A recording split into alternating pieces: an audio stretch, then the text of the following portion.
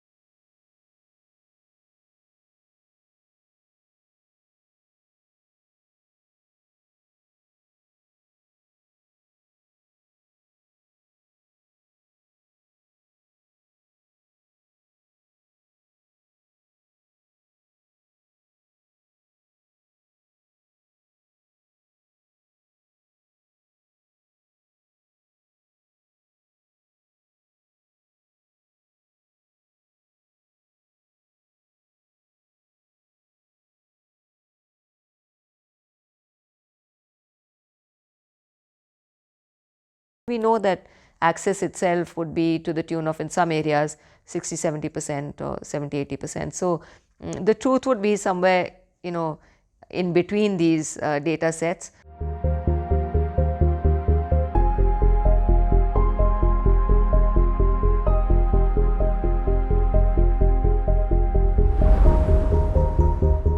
We do know now that national averages are not serving us very well at all. We are even finding that even district level data is not serving us very well, because the intra-district differentials are huge. You could find one block and another block, adjacent block, being very different from each other. You could find the same kind of very, very extreme differences between villages or between communities within the same village. So we need a very different focus in the capacities that we are building in the health system, to be able to understand that, to be able to understand inequity and vulnerability. And that is something that I think is currently lacking and needs much more attention. We currently have is a strong top-down kind of push with a one-size-fits-all kind of approach. In the immunization story, that's exactly where we're at. So we've learnt a lot from the Pulse Polio campaign, but we're still missing certain sections of children. Who would those be? Now, typically those would be children of migrant workers, children of minority groups, and where the majority is very strong. They would be children of maybe lower caste, so-called lower caste communities. They would be children who live in very remote areas, so children of PVTG communities, the particularly vulnerable tribal group communities, anywhere where there's a particular difficulty of access.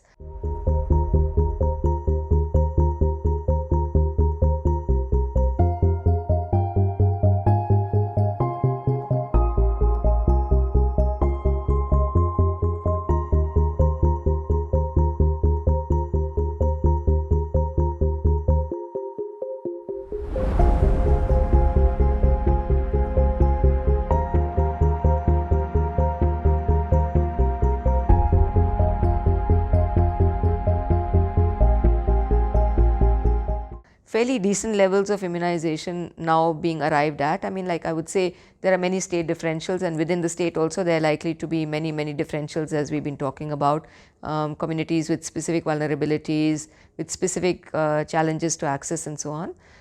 But measles is a peculiar challenge. Now, when we look at the data on immunization, we see that typically it falls off from birth as the child continues to grow older. So we would have the highest coverage for the BCG vaccination at birth, and then for DPT1, then it kind of falls off for DPT2, I mean now the pentavalent 1, pentavalent 2, pentavalent 3. And measles has always been a peculiar case because it's not something that's happening in a series, and it's happening right in the middle of that the first year of life. At 9 months is when we're wanting to do the MR, the first measles vaccination. And that's when children have kind of, they're completely in the community. They're not really attending to facilities for some other reason.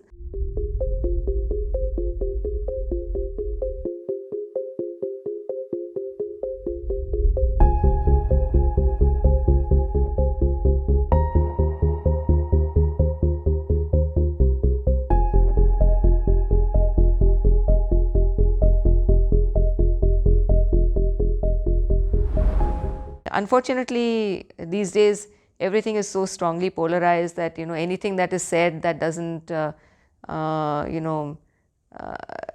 doesn't automatically really applaud government processes is taken to be malafide, or is taken to be unwarranted in some sense, or is taken to be have some malintent behind it, which is not the case. Our job as public health experts and programmers are really to therefore be quite welcoming of negative data, because that's what teaches us and that's what enables us to make our programs better.